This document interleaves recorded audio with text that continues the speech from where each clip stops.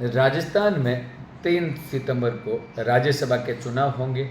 ऐसे में एक सीट के लिए राजस्थान में चुनाव की घोषणा हो गई। ऐसे में भाजपा भी इस बार टेंशन में है कि किसको उम्मीदवार बनाए। इसके साथ ही ज्योति मिर्धा भी टेंशन में है।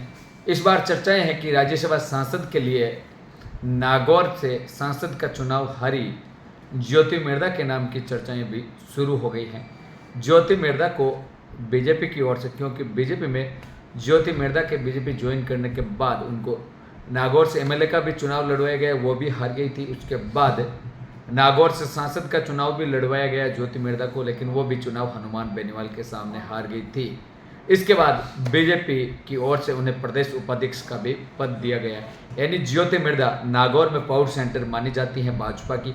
ऐसे में अब चर्चाएं हैं कि खिंवसर में बाई इलेक्शन के चुनाव होंगे और ज्योति मिर्धा को कहीं एडजस्ट करना जरूरी है।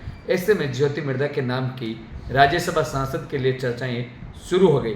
ज्योति मिर्धा को राज्यसभा सांसद का टिकट देकर, क्योंकि इस बार राज्यसभा सांसद के लिए बीजेपी आराम से अपनी सीट निकालेगी, तो राज्यसभा सांसद के रूप में ज्योति मिर्धा वहां एडजस्ट हो जाएगी और खिंवसर की सीट पर बाई इलेक्शन में रेवंतराम डांगा को टिकट मिलने की संभावनाएं आराम से फिर तलाशने को मिल रही हैं। ऐसे में लग रहा है कि बीजेपी भी टेंशन में लग रहे हैं कि किन को टिकट दें। अन्य कई नाम भी सामने आ रहे हैं, क्योंकि राजेंद्र राठौड़ भी चुनाव हार गए थे, उनके नाम की भी चर्चाएं हैं। सतीश पूनिया को भी कहीं एडजस्ट किया जाए तो उनके नाम की भी चर्चाएं हैं।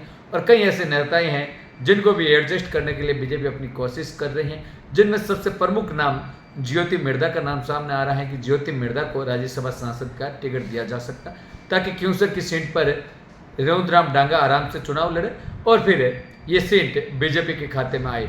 इसको लेकर बीजेपी अपनी अपनी रणनीति बनाती हुई शुरू हो गई है। धन्यवाद।